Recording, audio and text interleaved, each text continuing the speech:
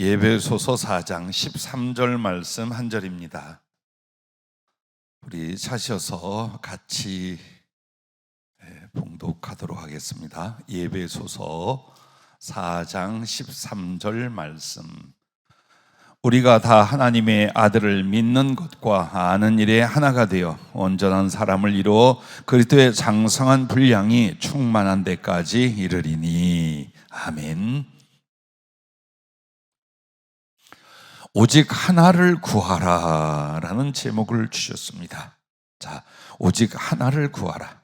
그 말은 우리의 염려와 필요는 1000가지, 10,000가지가 넘습니다. 하고 싶은 것도 이루고자 하는 일도 수만 가지, 수십만 가지가 넘습니다. 그러면 이것을 다 사모하고 바라고 기도하고 구하고 갈망하고 쏟고 희생하고 그리고 낭비하는 세월로 살 것이냐? 그렇게 하지 말랍니다. 여러분에게는 주님이 아주 간단하게 딱 하나, 오직 하나를 구하라 라고 하셨습니다. 그리하면 이 모든 것들을 더해 주실 것이다 라고 하셨습니다. 그러나 만약 여러분과 나에게 이 하나가 부족하면 1000가지, 10,000가지 구하는 것과 또 그것이 이루어진다 해도 아무 소용이 없게 된답니다. 그러면 오늘 주님이 오직 하나를 구하라, 무엇일까요? 예수 그리스도를 구하라 라고 하셨습니다. 오늘 본문 말씀을 보면은 이렇게 말합니다. 우리가 다 하나님의 아들을 믿는 것과 아는 일에 하나가 되어 온전한 사람을 이루어 그리스도의 장성한 분량이 충만한 데까지 이르리니. 이 내용은 구체적으로 설명을 드리겠습니다만은 이게 무엇일까요? 오직 하나. 이 세상에서 오직 하나 구할 것, 바로 예수님이란 뜻인데, 먼저 예수 그리스도를 구하면 어떻게 해야 예수 그리스도를 우리가 구하는 것인가요? 그 첫째가 그리스도를 알려고 하라라는 것입니다. 여러분과 나는 아주 고약하고 잘못된 성품이 있습니다.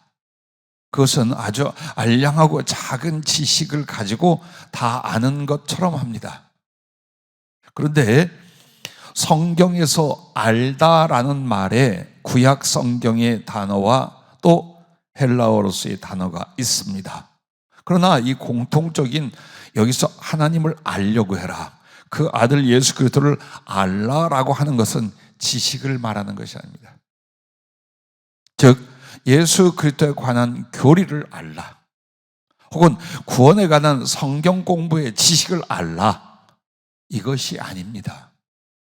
한마디로 마음으로, 몸으로, 체험으로 알게 되는 것을 가르쳐 성경에서 알다, 알아라 라고 말을 합니다.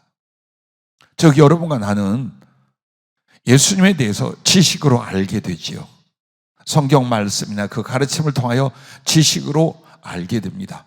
그러나 그 지식이 뇌에서 과학적인 분석으로 끝나는 게 아니라 어디로 오는 거예요? 마음속에서 거룩한 교제가 일어나게끔 됩니다. 그렇게 하면서 그 예수 그리스도는 말씀의 지식으로 왔지만 인격과 인격으로, 영과 영으로서 교통하고 교제하기 시작을 합니다. 그렇게 하면서 나의 삶 속에 그분이, 그리고 그분의 말씀이 이루어지고 나타나는 것을 체험하기 시작합니다. 이걸 가르쳐 말하는 겁니다. 여기에 힘을 쏟으라는 겁니다. 여기에 전심전력을 하라는 것입니다. 믿음은 어디에서 오며 소망은 어떻게 생기며 사랑은 어떻게 해서 이루어집니까? 바로 예수 그리스도를 아는 데서 이루어진다는 것입니다. 그러므로 할 것 많고 배울 것 많고 수도 없이 많은 시간과 계획과 바람이 있지만 여러분과 나는 그 중에 으뜸으로, 그리고 마음과 힘을 다 쏟아서 주님을 알려고 해야 되는데 어떻게 알려고 해야 될까요? 그 중에 첫째가 주의 진리와 사랑을 깨닫고 배우라는 겁니다. 여러분에게는 지식이 넘치는 그리스도께서 그의 말씀으로 여러분에게 먼저 주셨어요. 그래서 주님과 그 진리로 우리는 다가왔어요. 그래서 그 하나님 말씀 하나하나를 여러분이 탐구하고 깨닫고 배우기 시작을 합니다. 그러면서 그 속에서 나타나는 예수님의 사랑, 하나님의 사랑을 여러분 또한 깨닫게 되고 배우게 됩니다. 이걸 먼저 하라는 거예요.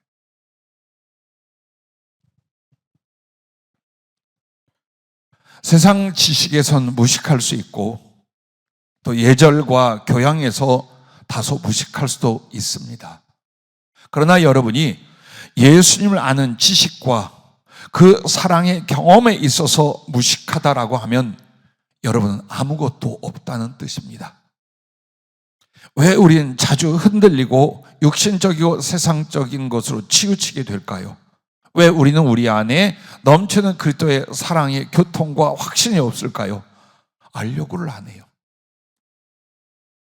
그래서 여러분과 나는 자기 체질을 점검해야 되는데 말씀에 대해서 기쁨이 있는지, 깨닫는 것과 배우는 것에 대해서 갈망이 있는지, 그렇게 교회를 다니는가 아닌가를 빨리 보세요. 여러분 자신을. 나는 내가 믿음을 인하여 교회를 나오곤 있지만 하나님 말씀을 깨닫는 것에 대하여 사모함이 없고 또 깨달아지는 것이 머리로 이해는 되나 마음에는 감동이 없어 라고 한다면 여러분은 주님을 알려고 하는 의지가 아주 결여되어 있다는 뜻이에요. 지금 영혼이 그 모습이라는 거예요. 그래서 1000번 만번 말씀을 해도 다시 한번 너는 주님의 진리와 사랑을 깨닫고 배우려고 몸부림을 치며 마음과 시간을 거기에 쏟으라는 겁니다. 그리고서 그 깨달은 바를 마음에 영접하라는 겁니다. 설교나 성경 공부 혹은 여러분이 성경을 읽고 묵상하고 공부하면서 수없이 많은 말씀의 깨달음을 가질 겁니다. 그런데 그렇게 말씀을 배우거나 깨닫는데도 내 영혼과 삶은 전혀 변화되지 않는다, 어떤 영향도 사실 받지 않는다라는 건 그 말씀을 깨달은 바를 마음에 영접하지 않기 때문입니다. 내 마음에 영접한다는 건 뭘까요? 말씀대로 생각과 감정과 의지와 판단을 바꾸고 가치관과 사상을 바꿔야 돼요. 그렇게 해야 그 주 예수 그리스도를 알고 배우고 깨달은 바의 그 사랑이 내 안에 임재하기 시작을 하는 거예요. 정말로 하나님이 그 말씀을 통하여 내 안에 계시는 게 뭐냐? 내가 그 깨닫고 배운 말씀과 그 사랑을 내 마음에 영접하다. 그래서 내 모든 생각과 감정, 의지와 관계, 삶에 대한 방향과 목적 등등을 말씀에 맞추어 그 사랑에 맞추어서 변화시켜가는 거예요. 왜 우리가 이런 말을 흔히 듣고 말하잖아요. 교회를 다니고 예수 믿은 지 수십 년이 됐는데 성질머리 하나 바꾸지 못한다. 혹은 생각이나 부정적인 감정 따위 하나도 못 바꾼다. 왜 그럴까요? 안 한단 말이에요. 변화되지 않는 건 하나님 말씀을 듣기는 하고 하나님에 대하여 배우기는 하는데 그것을 내 마음에 영접하여 그 말씀과 그리스도의 성품으로의 변화를 도모하지 않기 때문에 안 되는 거예요. 안 해. 왜 안 하느냐? 자아가 더 중요해. 지금까지 만들어진 그 고약한 성품이나 기질이나 인격 따위가 주님과 그 사랑, 그 성품과 그 말씀보다 더 자기는 중요하게 여기고 있는 거예요. 구원이 없어요. 변화가 없으면 구원이 없어요. 변화가 없으면 주님이 없어요. 변화가 없으면 주의 말씀이 내 안에 영접되어 거할 수가 없어요. 이 부분만 하면 돼요. 많은 고민과 염려, 인생을 어떻게 살아야 되며 무엇을 어떻게 수고하여 무엇을 만들고 이루고 얻고 누려야 되는가, 그거 너무 고민하지 말라라는 거예요. 그래서 여러분이 무거운 짐을 내려놓고 주님의 가벼운 것을 짊어지는데 그게 뭐예요? 예수 그리스도를 구하는 것이요, 그 중에 첫째가 그리스도를 알려고 해라. 그래서 주의 진리와 사랑을 깨닫고 배우며 그 깨달은 바를 내 마음에 적용하는 것, 그게 바로 마음에 영접하는 것입니다. 그리하면 여러분은 주님이 다스리는 그분의 나라가 되어 가기 시작을 합니다. 언제나 내 마음에 예수님이 계시고 그의 말씀이 감화와 지혜와 감동으로 내게 주어지기 시작하며 나의 마음과 생각과 하나님께 아뢰는 기도는 주님이 연락하시고 받아주심을 내가 알고 느끼고 경험하기 시작을 하는 거예요. 이렇게 해서 주님과 나의 인격과 인격이 영과 영이 교제하고 교통하기 시작하는 역사가 여기에서 일어나는 거예요. 여러분은 당연하다고 말하지 마세요. 듣지도 못하고 보지도 못하고 느끼지도 못하는 것이 신앙인 것처럼 하지 마세요. 그래서 그렇게 오랜 세월 귀머거리로 소경으로 깨닫지 못하는 어리석음으로 그냥 그렇게 교회를 다닌 거예요. 조금만 이 말씀에 순종을 했더라면 하나님의 말씀은 하나님의 인격이며 존재이시며 능력이며 지혜이며 당신의 임하시는 방편이에요. 그냥 지식이 아니에요. 그래서 그 말씀을 자꾸 내가 깨달으려 하고 그 깨달음 속에서 분명히 우리는 뭘 봅니까? 하나님이, 예수님이 무엇을 어떻게 나를 사랑하시는가를 알게 돼요.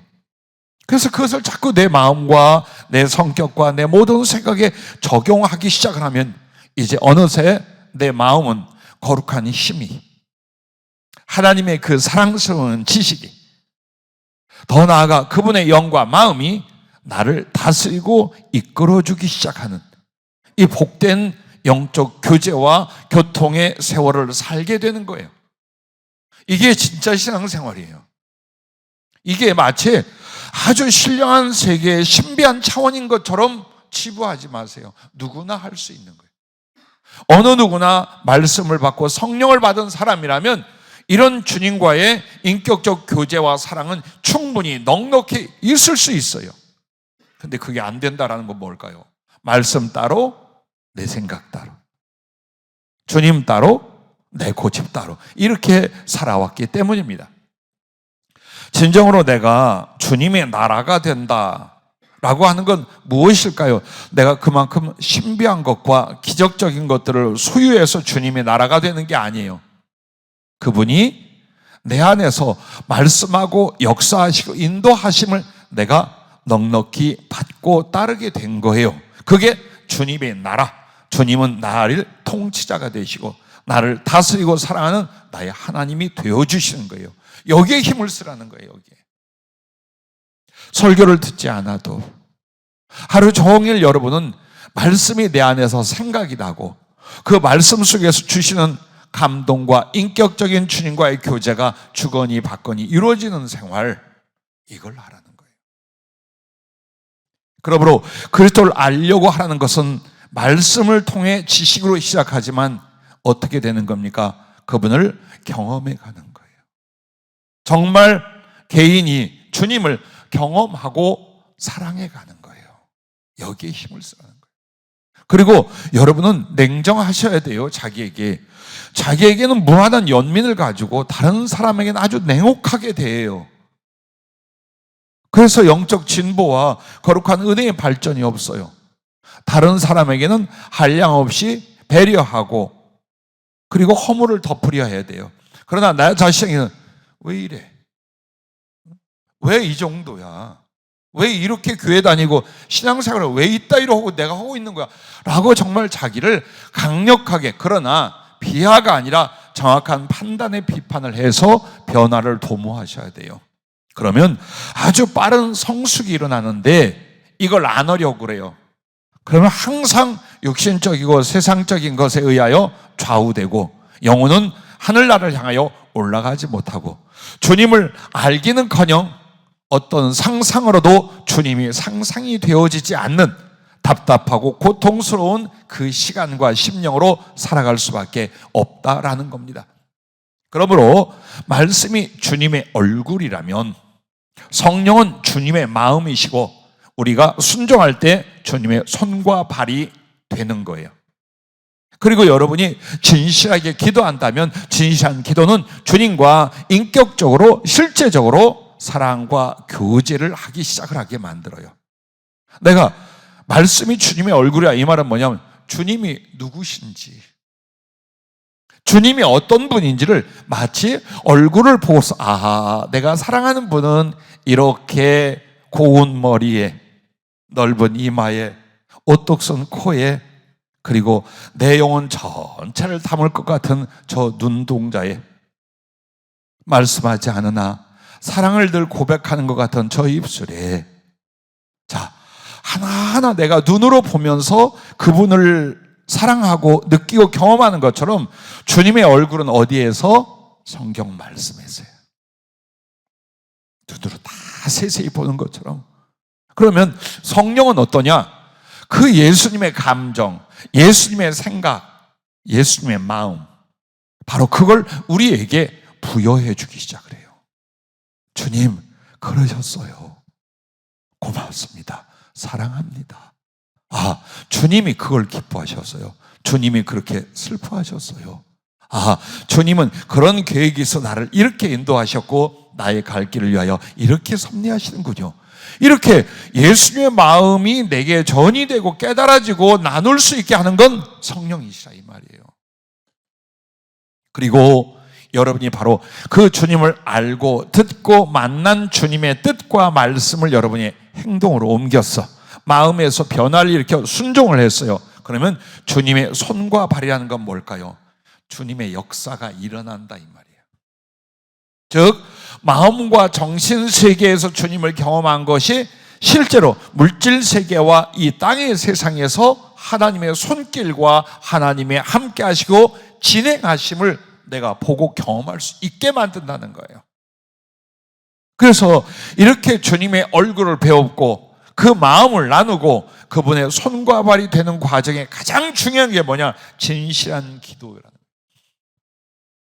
이젠 여러분이 어린아이 같이 기도하지 말고 기도에서 으뜸과 목적을 주님을 사랑하기, 주님과 교제하기, 주님을 깨닫고 체험하고 알고 배우기, 여기에 목적을 두세요. 어린아이일 때 뭐예요? 주세요, 주세요. 밥 주세요. 국 주세요. 신발 주세요. 이거밖에 못해요. 아무것도 못해요. 그러나 오늘 주님을 목표로 하여 성숙해가는 영혼의 성장은 여러분에게 뭘 하게 돼요? 아, 주님을 더 알자. 그분을 깨닫자. 그분을 경험하자.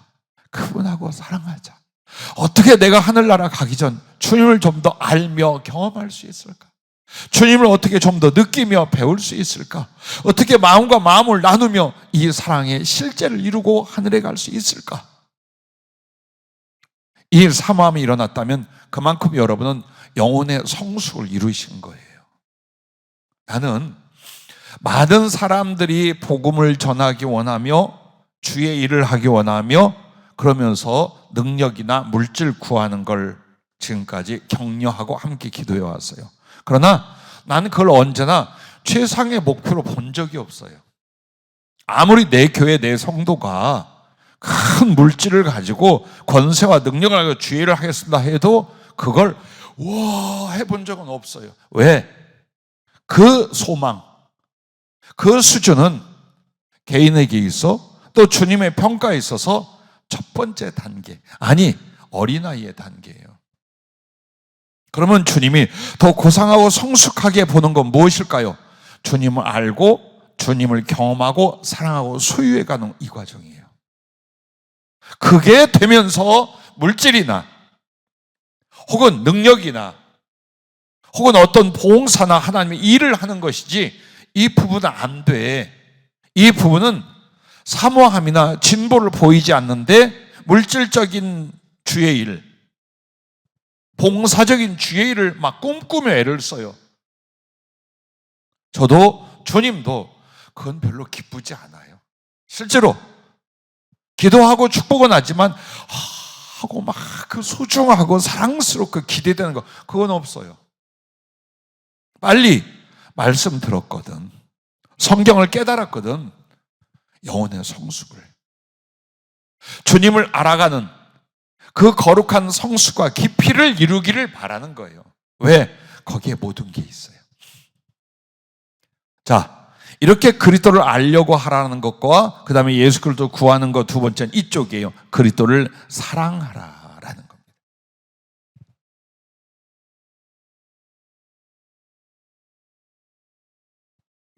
주님을 사랑하는데 여러분에게 있어서 사람과의 사랑의 경험이 굉장히 중요합니다. 부모님에게 받은 사랑, 어머니를 사랑했던 그 사랑, 친구, 때로는 연인, 때로는 부부, 아마도 여러분은 인생을 살면서 끊임없이 사랑을 갈망하고 사랑을 경험하고 사랑을 추구해 오셨을 거예요.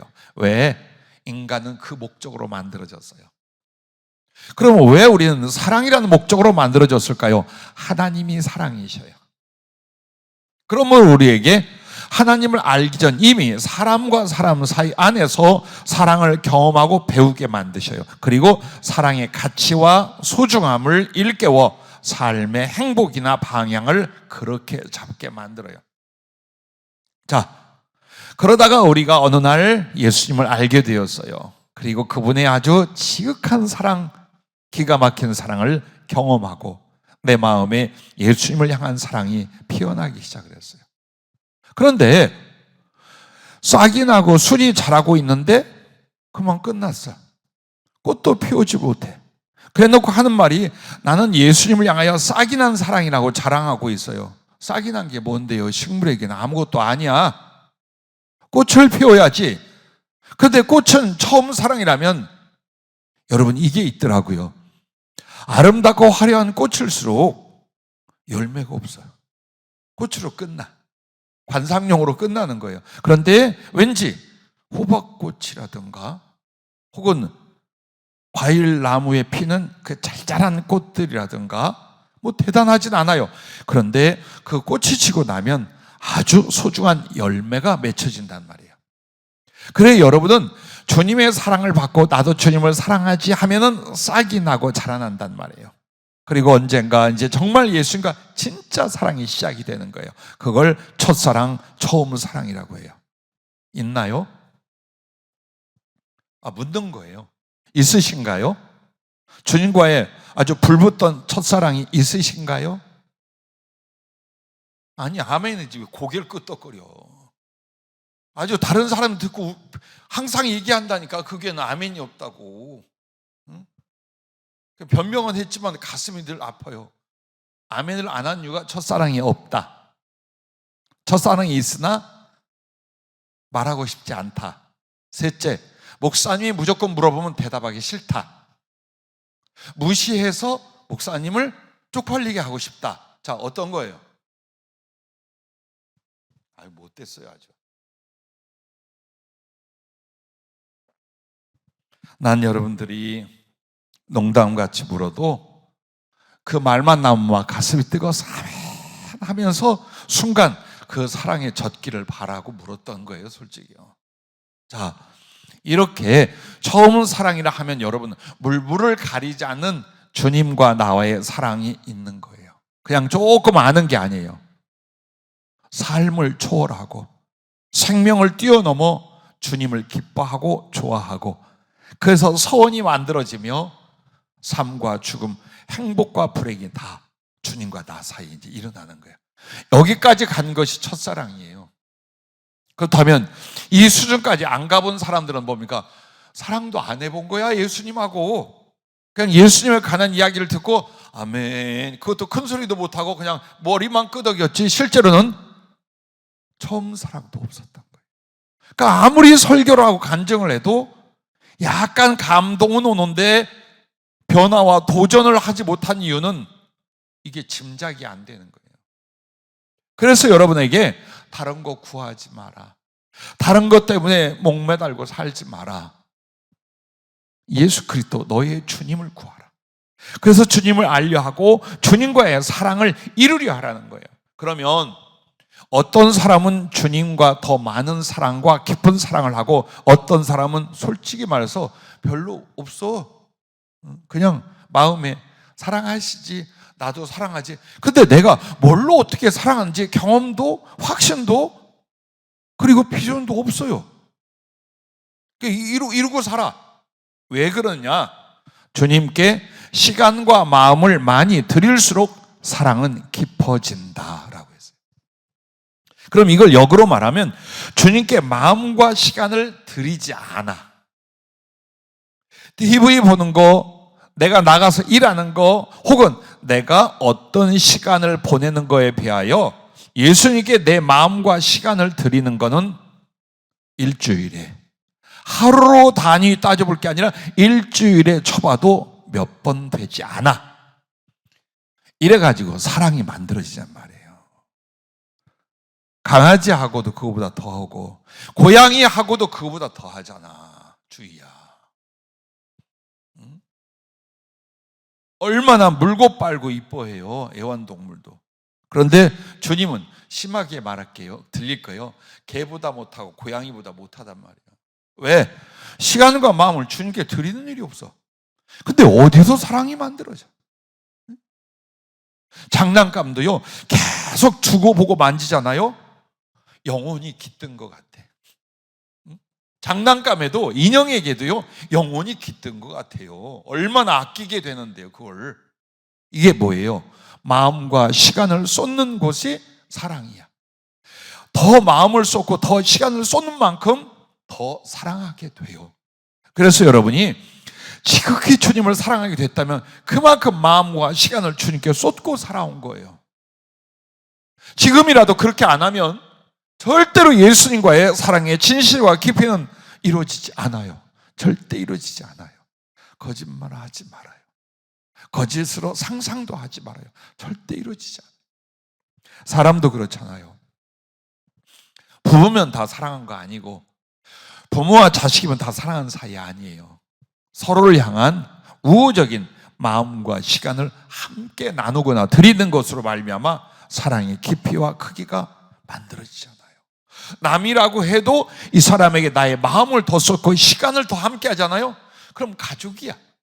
사랑이란 이렇게 만들어져요. 그러므로 예수님을 향하여 마음을 드린다는 건 그분을 생각하는 것과 그분을 향하여 말씀 따라 마음을 바꾸고 변화시키는 거예요. 이게 마음을 드리는 거예요. 얼마나, 그리고 그 마음의 애절함과 간절함으로 당신을 그리워하는 거예요. 그래서 이 세상에서 주님을 사모하고 만날 수 있는 유일한 방법은 기도하는 자리, 예배드린 이 자리뿐이라. 그래서 기도가 그렇게 소중하고 예배 시간이 그렇게 소중해져서 시간과 마음을 더 드리고 있다면 어느 날 여러분에게는 말할 수 없는 주님의 사랑의 가슴이 올 거예요. 당신이 나를 기뻐하고 사랑하는 걸 내가 경험하고 지식이 오고 경험이 올 거예요. 그리고 내 안에서도 사모함이 변하여 사랑이 불이 되기 시작을 해요. 이것만 구하래요. 우리 이것 때문에 하늘나라 갈 사람들인데 예수님을 사랑하고자 마음과 시간 나눠서 그렇게 쓸데없고 썩어질 거 다 뺏기고 낭비하는 거예요. 그리고 이 속에 주님 사랑이 없는데도 뻔뻔하게 잘 살아. 그리스도의 신부 되고 그의 친구 되겠다는 사람들이 아주 뻔뻔하게 아무렇지 않게 살아.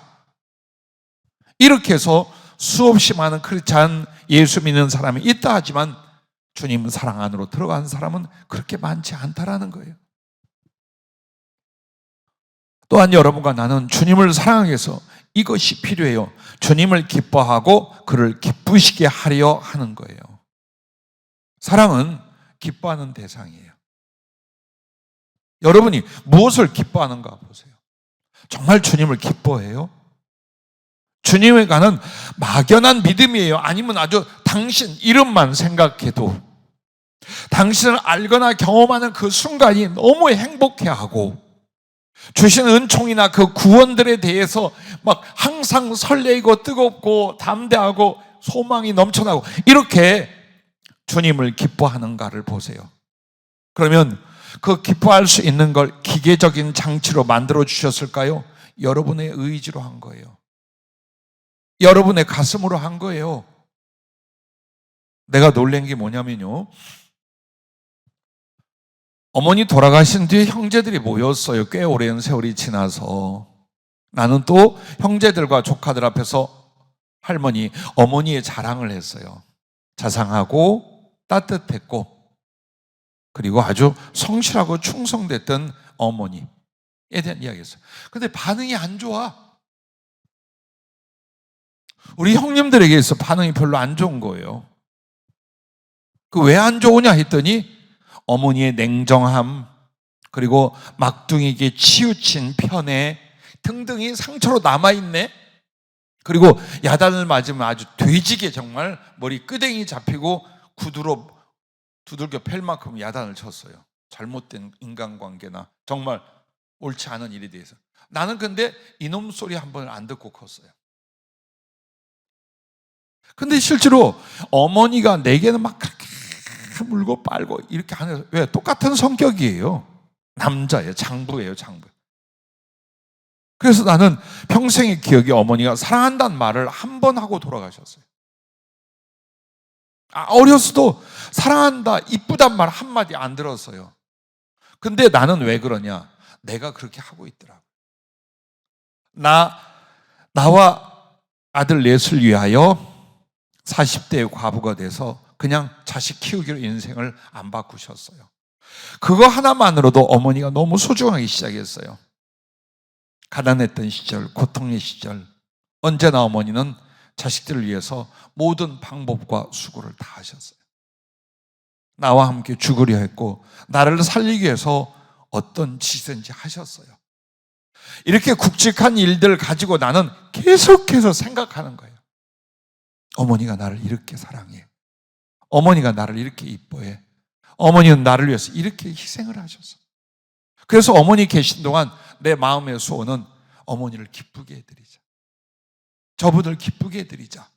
공부하는 것도, 운동하는 것도, 어떤 내가 삶을 살아가는 것도 어머니가 기뻐할 것이란 모든 노력과 수고를 다 했어요.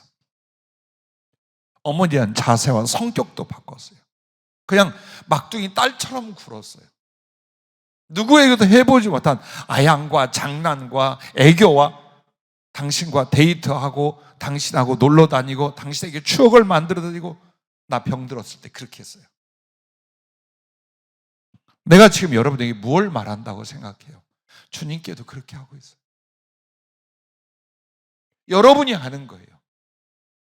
여러분은 수도 없이 많은 은혜와 사랑을 받았잖아요. 그걸 정말 내 가슴 속에서 묵상하며 떠올리며 내가 반응을 해야지. 거기에 내 기억 속에 있는 그 주님의 사랑에 대하여 나도 감정적으로, 의지적으로, 지식적으로 결단하여 반응이 일어나는 것, 그게 사랑이에요. 충분히 기뻐할 주님, 충분히 감사하고 사랑할 수 있는 주님, 내가 만드는 거예요. 그걸 기계적으로 만들어주신 은혜가 아니에요. 사랑을 흘려주셨어요. 사랑을 부어주셨어요. 그리고 나는 그것을 깨닫고 경험하기 시작해요. 그럼 이것을 가지고 정말 쪼개고 새기고 다시 뒤돌아보면서, 주님이 이런 분이구나, 날 이렇게 사랑하시나, 나는 어떻게 할까? 나는 어떻게 할까? 주님에 대해서 어떤 마음으로, 어떤 감정으로, 어떤 노래로, 어떤 삶을 계속 그 마음과 시간을 쏟는 만큼 여러분은 정말 주님을 사랑하게 되고 주님의 사랑은 더욱 깊게 여러분에게 흘러들어오는 거예요. 그런데 만약 여러분이 다 그런 거지 뭐, 예수 믿고 구원받는 거지 뭐, 주님 십자가에 달려 죽으셨고 사흘 만에 부활하셨어, 그리고 나 예수 믿어, 나의 죄를 씻고 나도 나중에 하늘나라에 가게 되고 주님 오실 때 부활할 거야, 끝. 이 지식이 우리에게 무엇을 가져오겠어요? 이 머리를 뚫고 내려야 하는 이 지식이 우리를 구원하겠어요? 아니라 주님이 십자가만 해도 여러분 수천만 가지의 생각을 할 수 있잖아요. 나를 향한 은혜에 대하여, 사랑에 대하여, 그분의 가슴과 중심에 대하여, 그게 있어야 돼요. 그게 마음을 쏟는 거예요. 그리고 그러기 위하여 기도나 말씀을 연구하거나 당신을 향하여 시간을 쏟기 시작하는 거예요. 그렇게 하면서 주님을 기뻐하고, 또한 그 기뻐함은 혼자 기뻐하던 게 아니라 나도 주님을 어떻게 하여 기쁘시게 할까, 여기에 몰두하는 거예요. 사랑은 그렇게 만들어집니다. 이기적인 사람은 사랑을 몰라요. 수없이 많은 주의 종과 신학생들과 혹은 성도들을 몇십 년 동안 상담하고 그들의 영혼과 신앙을 들여다볼 수밖에 없는 삶을 살았어요. 근데 대부분 인간관계에 이기적인 사람은요, 주님에게 대해도 이기적이에요. 그럼 이기적인 게 뭐냐? 다 자기 중심적인 생각을 해요. 주님을 중심으로 하여 생각하고 마음 먹고 느끼고 이게 아니라 나야. 그래서 이기적으로 사는 사람들이 예수님의 사랑에 푹 빠지고 그 거룩한 감정에 젖는 걸 본 적이 별로 없어요. 솔직히요. 그러면 듣고 있는 여러분과 내가 다시 한번 우리를 돌아봐 봐요. 나는 주님을 향하여 얼마나 기뻐하고 사모하고 감정적이며 의지적이며 지식적이며 삶으로 어떻게 사랑을 나눠왔는지, 그리고 더 사랑하려 하는지, 그 속에서 이걸 보세요. 기쁘시게 하려는 게 무엇이 있는가를 보세요. 조금만 힘들어도 안 하려고 그래. 기도도 예배도 작은 봉사도 조금만 승질 나잖아요. 안 해. 조금만 피곤하잖아. 안 해. 그러니까 내가 좋아하고 기뻐하는 세상적인 얼마든지 사용을 하는데 주님을 위해서는 기쁘시게 하려 하거나 함께 나누려 하거나 이게 너무 작아. 그래서 그의 생겨먹은 인격 때문이 아니에요. 짓고 있는 죄 때문이 아니에요. 주님을 기뻐하지 않아. 그리고 기뻐하지 아니하니 기쁘시게 하고자 하는 계획도 생각도 없어.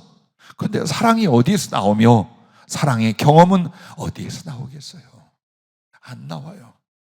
절대로 안 나와요. 여러분과 내가 계명을 좀 지키고 남들 앞에 흉악한 죄를 짓지 않은 약간의 윤리를 가지고 예수님을 사랑한다고 생각하지 마세요. 어느 정도 교회를 성실하게 다니며 세상으로 안 빠졌다는 생각 때문에 내가 예수님을 사랑하고 있다고 생각하지 말아요. 사랑은 이 가슴속 깊이에서 있어요. 기뻐하고 기쁘시게 하고, 살아도 죽어도 바로 주님에 대한 사랑과 그를 기뻐하고 기쁘시게 하려는 이유, 이것이 되도록 여러분 만들어 가시면 돼요. 그렇게 하면 주님의 사랑으로 충만한 신부가 되어가는 거예요. 하늘에 가서 주님 이렇게 사랑하고 이렇게 사랑해서, 이거 아니에요. 여기에 가슴이 그대로 가는 거예요. 그래서 심란하고 걱정이 되는 게 이거예요. 나 자신도 대단한 사람은 아니지만 많은 사람들을 보면서 이래요. 별로 예수님에 대해서 막 좋아하고 사랑하고 애걸복걸 사모함이 없는데, 미안해, 손가락 어디로 하는지 봐봐요. 천국, 그래, 안 쳐다봐서 그래. 천국은 왜 가려고 그래? 응? 나중에 어떻게 하려고 그래? 가서 하늘나라 가서 저쪽에서 구경하고 있을 거야. 여기에서 주님과의 사랑의 실제 사랑의 그 나눔이 이어지지 않는데 하늘에 가면 확 생기느냐? 그렇지 않아요. 그래서 하늘에 올라가면 여기에서 만들어진 사랑 위에 플러스 이렇게 되는 거지, 여기에 있는 사랑이 없는데 하늘에 가서 사랑이 확 만들어지느냐? 절대 그런 일 없어요. 그래서 오늘 주님이 여러분과 나에게 오직 하나를 구해라. 1000가지 만가지 네가 다 구한다고 얻을 것도 아니고 그게 필요한 게 아니야. 오직 예수, 너의 주 하나만 구해라. 그 중에 주님과의 사랑입니다. 자, 주님을 사랑하는 건 생명과 풍성과 번영을 가져옵니다. 반드시 가져옵니다. 영혼으로, 삶으로. 그래서 주님 사랑으로 비유를 하나 주셨어요. 하늘의 단비를 부어줍니다. 그러면 하늘에서 부어지는 비를 받지 않는 두 땅이 있어요. 바위 그리고 사막이에요. 바위는 아무리 많은 비를 부어줘도 하나도 흡수가 안 돼. 다 흘러 조금 있다가 비가 그치고 해가 뜨면 한 방울도 빗물이 남질 않아. 습기가 없어. 바위야. 그러면 사막은 뭐냐? 엄청난 갈망을 가지고 있는 것처럼 다 받아들여요, 비를. 근데 30분 지나면 다 스며 나가버리고 하나도 없어. 어째 좀 느낌이 와요? 왜 성령께서 이 환상과 비유를 말씀을 해줬는지. 하지만 좋은 땅은 어떻습니까? 비가 오면 그 비를 다 받아 자기 몸에 저축하고 있어요. 간직해요. 그리고는 그 비, 그 물로 말미암아 식물을 키우고 꽃을 피우고 열매를 맺고, 그래서 풍성한 결실을 가지고 다시 하늘에 영광을 돌리게 돼요. 그럼 이게 무엇을 상징하여 이 말씀을 줬느냐? 그 비가 주님의 사랑을 상징을 해요. 하나님의 사랑과 은혜를 상징을 해요. 그래, 부어줬어요. 근데 내가 바위와 같다, 이 말은 뭐냐? 몰라. 십자가 찬양은 하지만 십자가의 내용 몰라. 그 감동 몰라. 넌 지옥에 갈 건데 살았다 해도 아무 감각이 없어. 하나님이 이처럼 사랑하셔서 그리스도 예수를, 너를 대신하여 지옥의 저주를 받게 했고 너를 주님 자리에 친자녀를 삼아 주셨어. 이걸 다 어떻게 외우는데 이 생각만 하고 있어요. 응?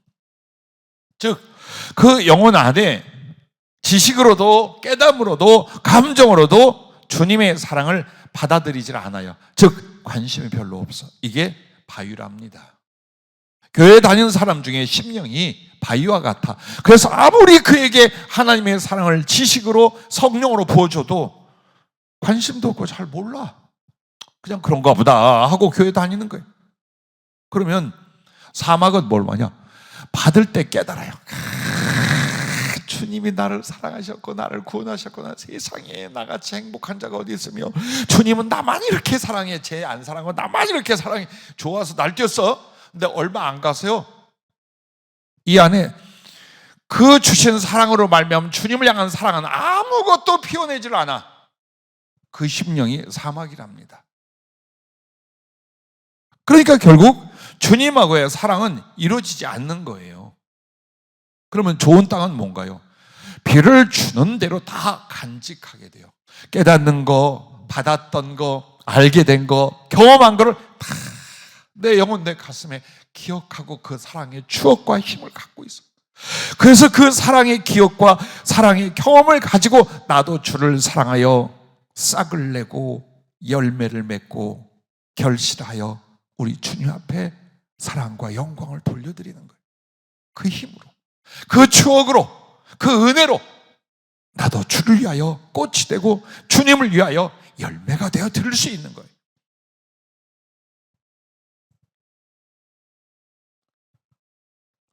그러므로 여러분과 내가 살아온 날들을 아파도 뒤돌아보며 정직하고 그리고 밝게 헤쳐보면 변화의 가능성, 아름다운 사랑의 시작은 얼마든지 가능해요. 근데 자꾸 덮으려고 그래. 그냥 대충 덮으려고 그래.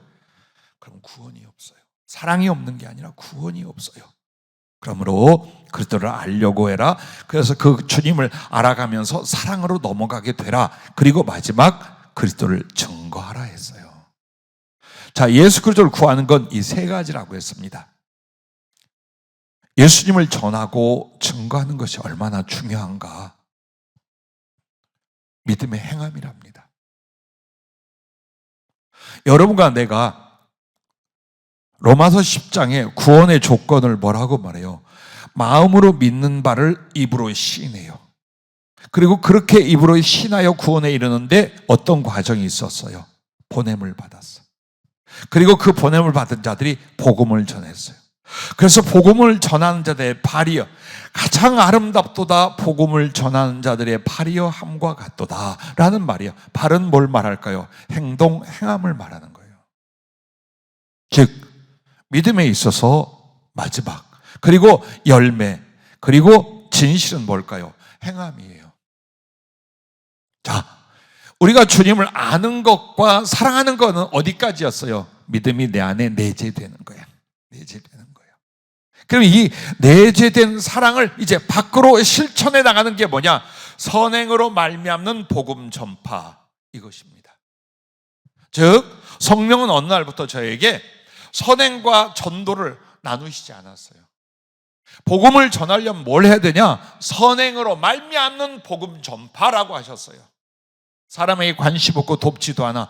착한 사람으로 좋은 사람으로 비춰지지도 않아. 우호적인 관계도 맺지 않아. 우정도 맺지 않아. 그런데 예수 믿으라고 아무리 전해봐야 오히려 역효과만 나요. 복음은 하나님의 사랑이에요. 그리스도의 십자가는 그분의 사랑이에요. 사랑을 전하는 거예요. 근데 사랑을 받아서 구원을 받았고 그 사랑을 또 전한다는 사람이 사랑이 없어. 메말라 버렸어. 아니, 자기만 또 못하다고 여겨요. 복음 못 전해요. 절대 열매 안 맺어져요. 근데 참 희한하게 사람은요, 사랑 앞에는 마음이 열려. 착한 일, 선행, 관심, 호의, 친절, 나눔, 선한 일 앞에는요, 어느 악한 자라도 마음이 열려요, 다. 왜? 영혼은 그렇게 하나님의 형상으로 지어졌기 때문이에요. 그래서 복음은 하나님의 사랑이에요. 그럼 이 하나님의 사랑을 어떤 그릇으로 전해야 돼요? 선행이라는 그릇에 담아서 전해야 된다라는 거예요.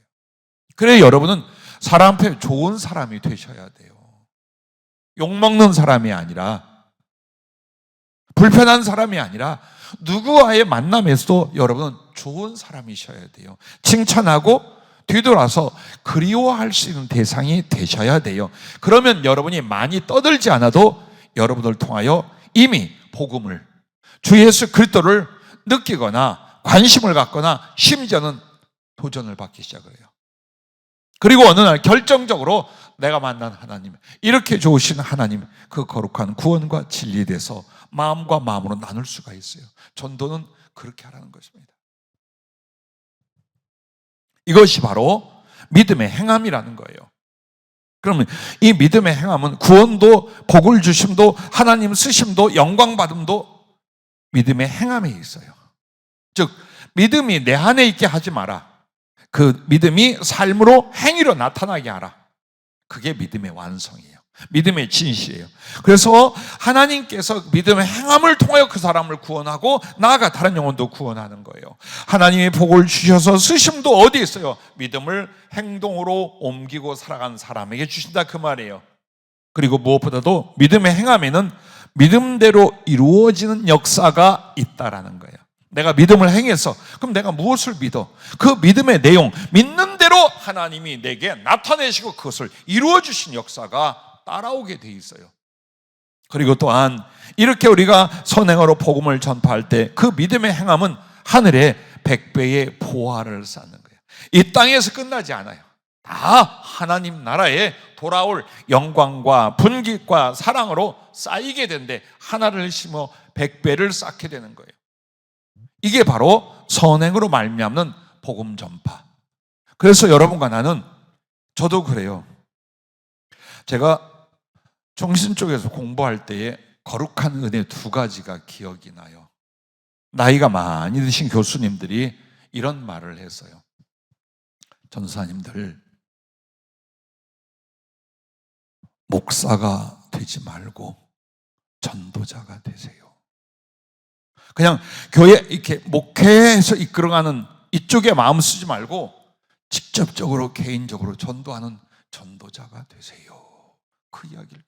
그리고 목사님들의 직업군을 따지자면 목사님들은 학자에 속하도록 하세요. 아마 우리 구목사님 때도 계셨는지 몰라, 그 이야기 하는 교수님. 참 마음에 감동. 왜요? 바쁘고 힘들다고 공부 안 하고 연구 안 하고 계속해서 하나님의 진리의 깊이로 안 들어갈 수 있어요. 그런데 목사는 그게 아니다. 끝까지 진리를 연구하고 공부하는 학자에 속해야 되며, 나아가 개인의 삶은 뭐냐? 목사가 아니라 전도자가 되는. 앞으로 우리 전사님들 저기 목사 안수 받겠지만, 나도 여러분에게 미리 말해요. 여러분이 전도자가 되지 못할 땐 목사하지 말아요. 저 말한다 할까요? 아니요, 불행해요. 복음을 전하지 못하고 영혼을 구원하지 못하는 목사가 어떻게 하나님 앞에 서겠어요? 그래서 우리의 삶은 목사가 되고 안 되고 이전에 항상 우리는 주님 앞에 선행으로 말미암는 전도자, 할렐루야, 이것을 우리의 인생의 목표로 또 삶의 방법으로 여겨 실천해 갈 수 있기를 바랍니다. 그래서 여러분과 나에게는 그렇게 할 때에 사용하시는 금그릇이 된대요. 나무나 질그릇이 아니야. 은그릇도 아니요, 금그릇이 되는데, 왜 금그릇이냐? 금 12달란트를 주어서 금그릇이에요. 그러면 여러분 기억나십니까? 금 달란트 하나, 둘, 5 받은 종, 그 중에 5 받은 종은요, 5을 가지고 5을 남겨서 다시 돌려줘요. 착하고 충성된 종아, 네가 작은 일에 충성해서 큰 것을 맡긴다고 줘요. 그리고 1달란트 가지고 주인을 원망하며 요령 부리던 이 친구의 1달란트를 뺏어서 10달란트 가지고 있는 사람에게 줘요. 그러면 11달란트야. 근데 주님은 12달란트래요. 왜 그러냐 그랬더니 마지막 1달란트는 나다. 내가 나를 저에게 준다. 그래서 착하고 충성된 종들은 12달란트를 받는다. 이 말씀을 기억해요. 그게 금그릇이에요. 무엇이든지 주셔. 어떻게든지 사용하셔. 그렇게 되는 데는 뭐가 있어요? 선행으로 복음을 전파하는 그 실천과 삶이 있었기 때문이라는 거예요. 우리는 항상 왜 세월을 낭비하며 마음은 번뇌와 어수선함으로 이 길을 가고 있느냐? 바로 이걸 먼저 안 하기 때문에. 그리스도를 구하는 것, 당신을 알고 사랑하는 것과 그리고 어느 순간이든지 어떤 처지에서든지 선행으로 말미암아 예수님을 증거하는 이 일 할 수 있잖아요. 자리를 깔아줘야만 합니까? 많은 물질적 사람의 지원이 있어야만 이걸 합니까? 아니잖아요. 어디서든지 우리가 할 수 있잖아요. 그렇게 하라는 거예요. 주님을 아는 것과 사랑하는 것과 그리고 선행으로 주님을 전하고 있노라면, 이거 하나면 구하고 이거 하나에만 힘쓴다면 그 다음 어떻게 되느냐? 모든 걸 다 주신대요. 어떤 것도 남김없이 모든 것을 더해 주신다 그랬어요. 어떻게? 첫째, 생명을 얻되 더욱 풍성하게 얻게 하신다라고 했습니다. 이 말씀이 참 매력이 있고요, 궁금하기도 한 거예요. 생명을 얻었어요. 예수 믿고 구원의 생명을 얻었어요. 그러면 되잖아요. 근데 더 풍성한 게 있고 풍성하지 않은 게 있어요. 그래서 오늘 본문에도 뭐라고 말합니까? 그리스도의 장성한 분량이 충만한 데까지 이르리니라고 합니다. 즉 여러분이 사모하고 노력하여 똑같이 되는 게 아니에요. 어떤 사람은 예수님을 더 많이 닮아, 그리고 예수님과 그분의 은혜를 더 많이 누릴 수 있는 존재도 있고, 예수님을 덜 닮아. 그래서 예수님을 경험하고 예수님으로 말미암아 누릴 것이 너무 작아. 신앙생활 인생을 살면서도 궁핍하고 힘들고 지쳐 이렇게 살아. 이게 바로 생명을 얻되 풍성히 얻고의 반대란 말이에요. 예수 믿는 믿음이 그게 아니라니까. 하나님이 부르신 구원의 생명이 그 정도가 아니란 말이에요. 넘치는 풍성함이 있다 그 말. 그래서 나사로를 인터뷰했습니다. 생명을 얻되 더욱 풍성히 얻게 한 사람 중에 하나가 나사로래요. 나사로는 자기가 3번의 생명을 얻었다라는 표현을 해요. 나는 주님이 죽음의 위기를 생명으로 바꿔주셨으며 육신의 생명을 영의 생명으로, 그리고 천국의 영생을 주께서 주셨습니다. 부모님의 나병 감염으로 온 가족이 위험할 때 강건케 하시고 그리스도의 은혜로 새롭게 태어나게 하셨습니다. 그러다가 내가 큰 질병으로 죽게 되었으나 죽은 것이 아니라 하나님 나라를 가서 보고 듣고 누리게 하셨습니다. 주께서 부르셔서 세상에 다시 오게 되었고 그 후 성령과 천국의 충만으로 예수 그리스도와 하나님 나라를 큰 능력과 담대함으로 증거하게 되었습니다. 내가 육체에 거하고 땅에 있었지만 내 영은 언제나 주님과 천국의 교통과 교제 안에 있었습니다. 그 순교의 영광을 주셨고 천국에서 주님 곁에 함께 있으니 주께서 친히 나를 당신의 친구라고 소개하셨습니다. 자, 땅에서 생명을 얻되 더 풍성히 얻는다는 건 이 땅에서 이와 같은 은혜예요. 그리고 그게 하늘까지 이어져요. 똑같이 예수 믿는 게 아니에요. 똑같이 주님의 생명을 누리는 게 아니에요. 바로 그리스도를 얼마나 여러분이 구하여 소유하고 있는가예요.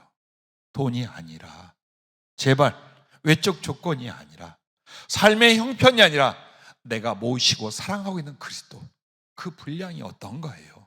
여기에 욕심을 내고 이것을 보물로 여겨갈 수 있기를 바랍니다. 또한 그리하면 모든 기도와 소원을 이루어 주신다라고 2번째 약속을 주셨어요. 이 말씀에 대해서는 주님의 제자 요한의 기도와 소원에 대해서 들었습니다. 나는 주께서 생전에 많은 은혜와 사랑을 주셨습니다. 그 사랑의 가슴과 말씀과 구속하심의 십자가 안에서 다시 태어났으며 나는 3가지 소원과 간구를 드렸습니다. 첫째는 누구보다 주님을 사랑하고 그 사랑을 받는 것이었습니다. 그래서 주님은 사랑의 가슴을 내게 주셨고 사랑의 우편을 항상 내어주셨습니다. 땅에서나 하늘에서나. 그리고 마지막까지 누구보다 더 사랑의 수고를 이루고 오게 해주셨습니다. 둘째는 남은 인생을 오직 주님과 교회를 섬기기 위하여 여인과 가정을 두지 않기를 기도하였습니다. 일찍 결혼했다가 가족은 내가 그리스도를 따르고 이 길을 가면서 그들을 돌볼 수 없었고 그러므로 그 후 나는 혼자가 되었습니다. 그러나 오히려 주님 모친 마리아와 여러 형제를 섬기며 담대하게 사역할 수 있었습니다. 20대 후반, 30대 초나 20대 후반으로 짐작되는 그 나이에 주의 부르심을 받았어요. 막내 제자였어요. 그의 가족 이야기 안 나와요. 근데 일찍 결혼을 했고 자녀도 있었나 봐요. 근데 주님을 따르는데 집을 완전히 떠난 사람은 3사람이 베드로와 야고보와 요한이었대요. 그리고 그 이후에는 돌보지 못함도 있지만 이제 사도들의 가족들은 굉장한 위험에 처하게 됩니다. 유대 땅과 예루살렘에서. 그래서 결국 남이 아닌 남처럼 된 뒤에 주님 앞에 그 소원과 기도를 했대요. 정말 주님만을 사랑하여 여인과 가정을 갖지 않겠습니다. 그리고 죽는 날까지 그렇게 살았답니다. 우리는 어떻게 해야 사랑할 사람을 얻고 행복한 가정을 이룰까? 여기에 아주 골몰합니다. 주님을 이용하면서 삽니다. 근데 그의 소원과 기도는 그쪽이었대요. 그래서 주님이 만약 아내와 자식들이 줄줄이 있다면 모친 마리아를 맡기시지 않았겠죠. 왜 맡겼는지 깨달았어요. 그래서 어머니처럼 마리아를 모시며 또 믿음의 형제들과 자기의 제자들을 끝까지 다 돌보는데 아무런 부담이 없었대요. 왜? 가정이 없어. 가족이 없기 때문에. 그게 소원이었고 그 소원과 기도를 주님이 들어주셨다라고 말하는 겁니다. 3번째는 교회들을 든든하게 세우고 이 악한 세대의 교회를 위하여 주님의 때 주의 날을 깨달아 증거하고자 간구하니 반모에서 성령의 감동과 권능 안에서 천국을 보고 그리스도의 계시를 받게 되었습니다. 수없이 많은 죽음의 위기와 궁핍과 배반과 고난의 순간마다 기도하는 대로 말씀하신 대로 이루어 주셨습니다. 그러므로 나는 오직 작은 목숨 하나였으나 주의 모든 뜻을 이루고 전하고 평안히 주께 갈 수 있었습니다. 정말 모든 기도와 소원을 이루어 주신다라고 성령이 말씀을 주셨을 때 이걸 어떻게 표현할까 했어요. 근데 딱 제자 요한의 예를 들어서 제자 요한을 딱 부르셔서 이 증거를 하게 하셨어요. 그리고 3번째는 하나님의 비밀과 기적으로 주님이 동행하신다라는 겁니다. 오직 주님을 구해서 주님을 소유하고 살아가는 사람에게는 바로 생명을 얻되 더욱 풍성히 얻게 하시고 모든 기도와 소원을 이루어주시고 그리고 3번째가 하나님의 비밀과 기적으로 동행하신다라는 겁니다. 난 여러분에게 자랑할 것 중에 하나가 이것입니다. 하나님의 비밀. 그것은 2가지가 있어요. 하나님의 개인적인 사랑에 관계된 비밀이 있고 이 세상에 하나님의 섭리와 역사에 대한 장래사의 비밀이 있어요. 근데 그걸 누구에게 말해주느냐예요. 누구에게 가르쳐주고 누구와 공유하느냐예요. 가장 사랑하는 사람. 정말 예수님이 가장 사랑하는 사람에게 친구에게는 비밀이 없어요. 그래서 아브라함에게 모든 걸 말해줬어요. 또 누구에게도 다니엘에게도 그렇게 했어요. 그리고 비밀을 말씀해 줄 때는 어떤 일이 벌어져요? 기적이 계속 일어나게 돼요. 그래서 비밀과 기적, 기적과 비밀, 이것은 하나님이 지극히 사랑하는 사람에게 사랑의 증표로 나타내신 섭리와 역사인 줄로 믿습니다. 다니엘의 충성에 대해서 말씀하고 그의 작은 간증을 듣습니다. 나는 10대 소년으로 바벨론에 잡혀가게 되었으나 하나님의 은혜와 계획은 참으로 하나님만 갖고 계신 비밀이었습니다. 그리고 그 비밀은 그가 가장 사랑하는 자에게만 보이시고 나타내시는 것이었습니다. 왕과 제국의 흥망성쇠와 장차 되어질 세계 역사와 이스라엘을 구원하심에 대한 비밀을 내게 보이시고 또한 그 사명들을 이루게 하시려 전무후무한 지혜와 권능의 도우심으로 함께 하셨습니다.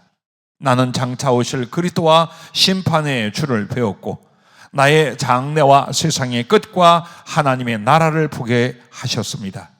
나의 노후에도 하나님은 많은 비밀과 기적을 보이시고 이루셨는데 내가 유대로 돌아가지 아니한 것은 오직 주의 긍휼과 나의 간청 때문이었습니다.